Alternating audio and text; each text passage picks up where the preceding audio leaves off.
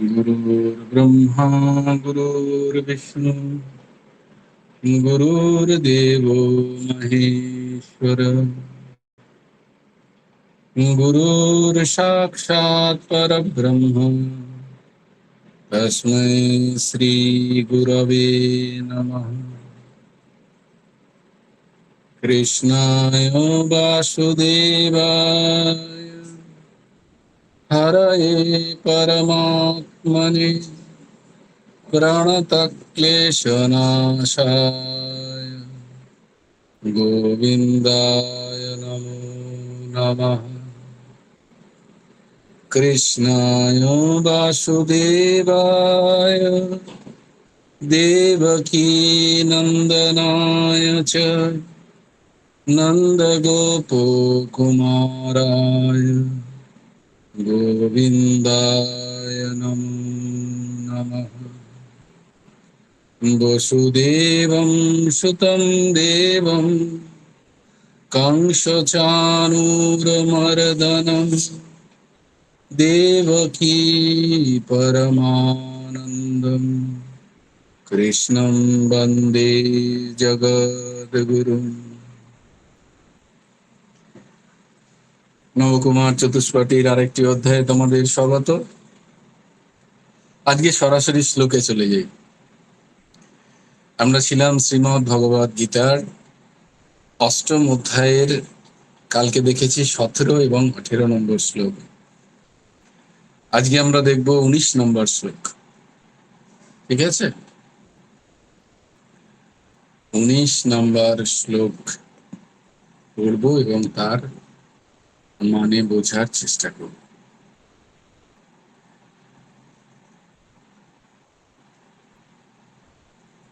ভূতগ্রামঃ স এবায়ং ধূত্বা ভূত্বা প্রলীয়তে।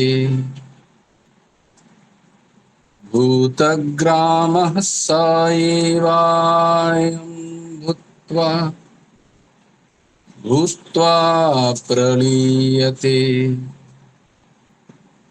রাত্র্যাগামে অবশ পার্থ রাত্র্যাগামে অবশ পার্থ।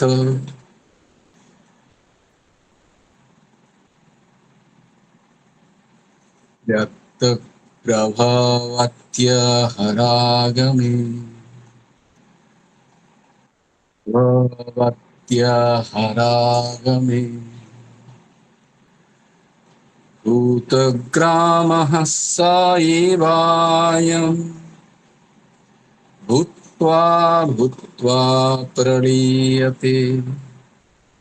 রাত্র্যাগামে অবশ পার্থ প্রভবত্য হরাগমে। হে পার্থ, পার্থ, হে পার্থ, স এব সেই, অয়ং এই, ভূতগ্রাম প্রাণী সকল, অবশঃ প্রকৃতির বশীভূত থেকে, ভূত্বা ভূত্বা পুনঃ পুনঃ, অহরাগমে ব্রহ্মার দিবসের প্রারম্ভে, প্রভবতী উৎপন্ন হয়, রাত্র্যাগমে রাত্রির প্রারম্ভে, প্রলীয়তে লীন হয়ে যায়। যে কথাটা দেখো কালকে অর্ঘ্যের প্রশ্নে, অর্ঘ্য বাবার প্রশ্নে যে কথাটা আমি কালকে বোঝাচ্ছিলাম, ঠিক সেইটাই, সেই ঘটনার কথাই ভগবান এখানে বলছেন যে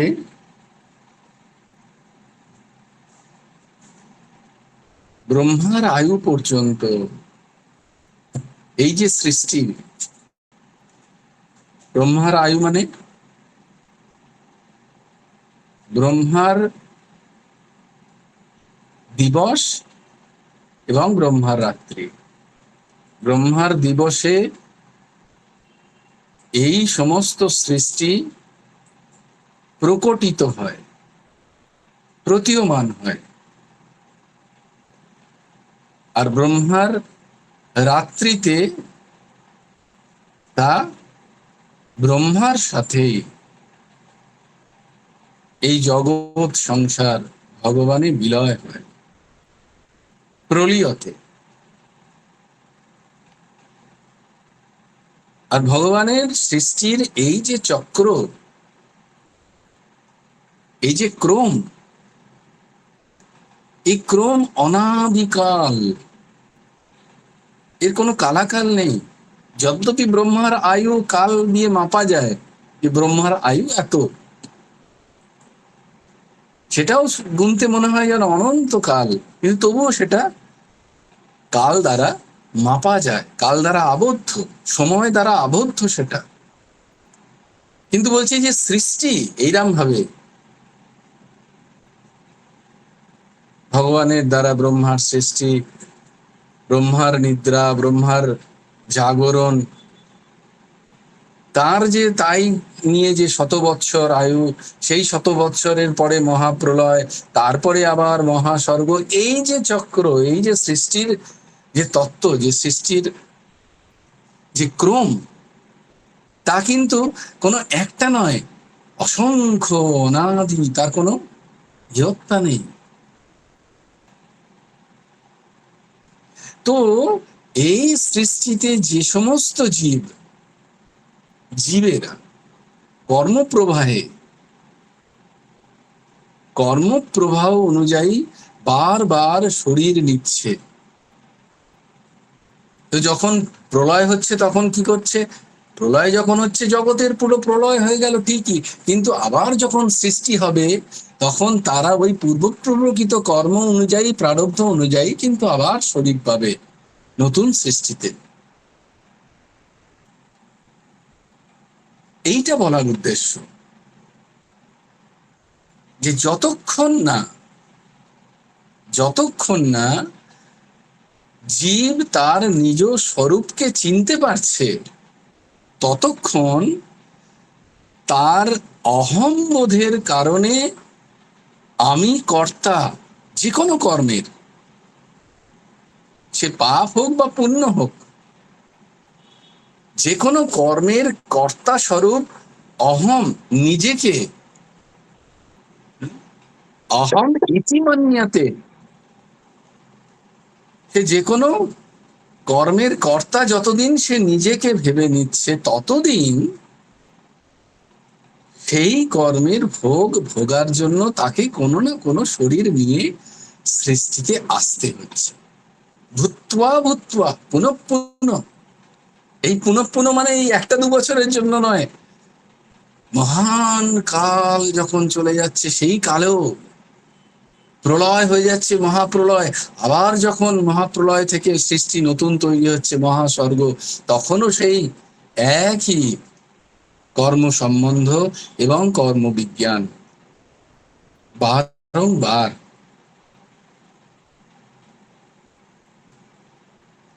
কারণ কি? কারণ একটাই, সেটা হচ্ছে অবিদ্যা এবং অজ্ঞান দোষ। অবিদ্যা বা অজ্ঞান দোষে সে মেনে নিয়েছে তার সম্পর্কগুলো ক্ষণভঙ্গুর বিষয়ের সাথে। তার যে নিত্য কৃষ্ণ সম্বন্ধ, সেটা মেনে নিচ্ছে না, উল্টে সে মানছে কি না, যে সমস্ত ক্ষণভঙ্গুর বিষয়, এই জগৎ সংসার যা কিছু, তাদের সাথে সম্পর্ক মেনে নেওয়া সম্পর্ক, যা চিরস্থায়ী নয়, যাকে পরিত্যক্ত করতে হচ্ছে, যাকে ছাড়তে হচ্ছে নিরন্তর, কিন্তু সে ছাড়তে চায় না। এর ছোট একটা উদাহরণ দেখো, যেমন আমাদের যে ছোটবেলার যে সুখ ছিল, সেই সুখ আমরা ছাড়তে চাইনি, কিন্তু আমাদের ছাড়তে হয়েছে। তাই আমরা যতই বড় হয়ে যাই না কেন, আমরা কিন্তু ছোটবেলার গল্প বলি, ছোটবেলায় যে জায়গাটা যেরকমই ছিল না কেন, তার সেই জায়গাটা হচ্ছে সব থেকে ভালো জায়গা এই পৃথিবীর। কারণ কি, তার ছোটবেলাটা ভালো লেগেছে, ভালো লাগে সবার। কারণ সে সময় নিশ্চিন্ততা, তাকে বেশি হেডেক নিতে হতো না তখন। তাই সে যে জায়গাটায় ব্রট আপ হয়েছে, দেখবে প্রত্যেকের, তাকে যদি বলে কোথায় যেতে চাও, সে ওই জায়গাটায় যেতে চাইবে, তার ছোটবেলার জায়গাটা। সেটা হয়তো অতটা ডেভেলপ নয়, সেখানে হয়তো অন্য কিছু নেই, তবুও তার ওইটাই ভালো লাগে। কেন? কারণ তার ভালো লেগেছে ছোটবেলাটা। কিন্তু সে, তাকে কি ছোটবেলা সে রাখতে পেরেছে? না, সে ছোটবেলাটাকে রাখতে পারেনি। তেমনি ভাবে আমরা কোনো কিছুকেই রাখতে পারি না, আমাদের ছাড়তে হয়। কিন্তু আমরা চাই মেনে নেওয়া, আমরা চাই রাখতে, আমরা চাই।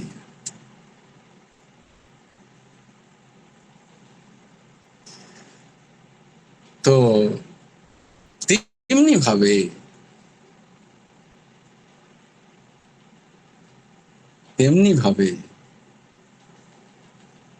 আমাদের এই শরীরটাও আমরা চাই যে থাক, কিন্তু তা কি থাকে? তা তো থাকে না। তাই শরীরটার সাথে নিজের যে শাশ্বত যে স্বরূপ, জীবের একটা শাশ্বত স্বরূপ আছে। প্রত্যেক জীবই ভগবানের অংশ, এবং তার কখনো জন্ম নেই, মৃত্যু নেই।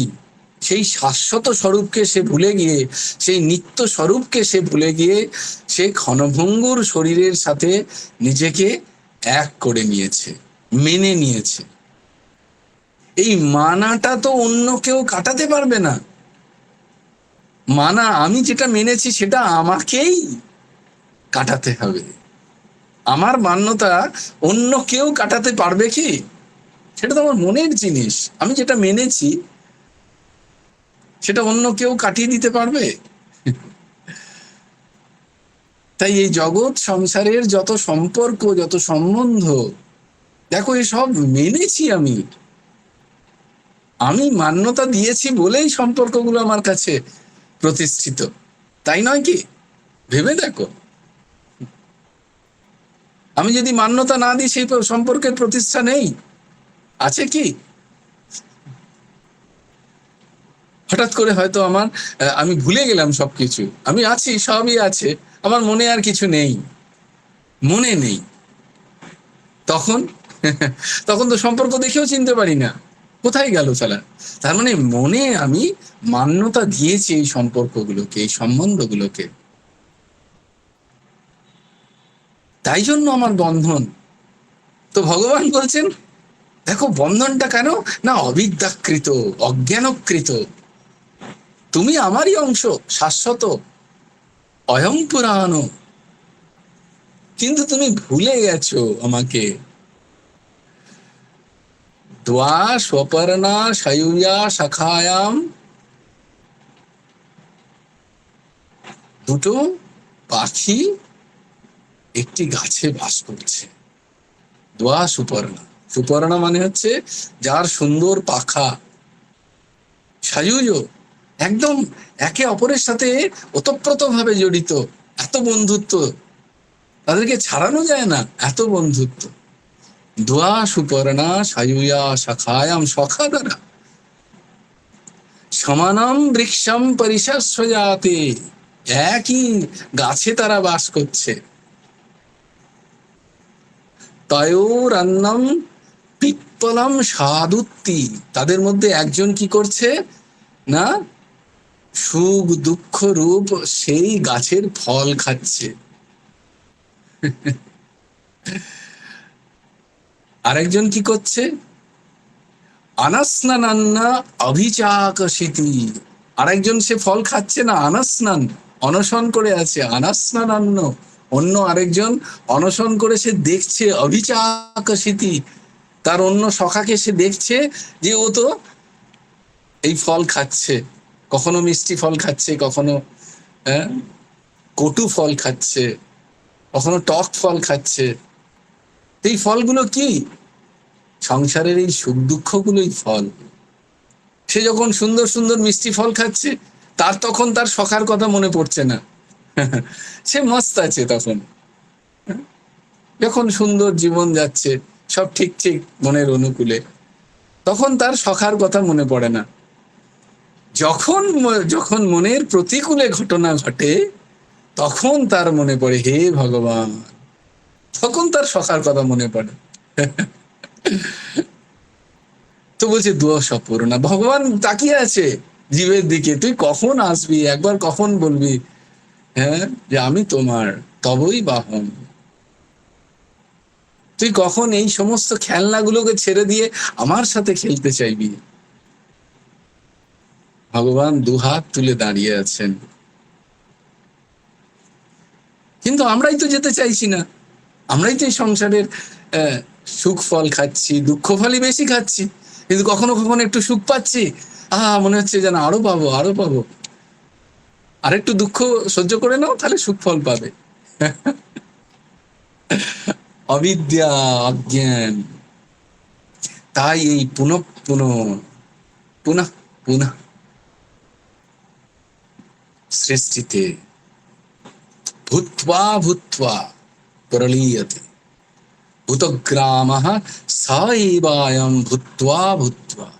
বারবার পুনঃ পুনঃ এই সৃষ্টি হচ্ছে, হ্যাঁ এই সৃষ্টিতে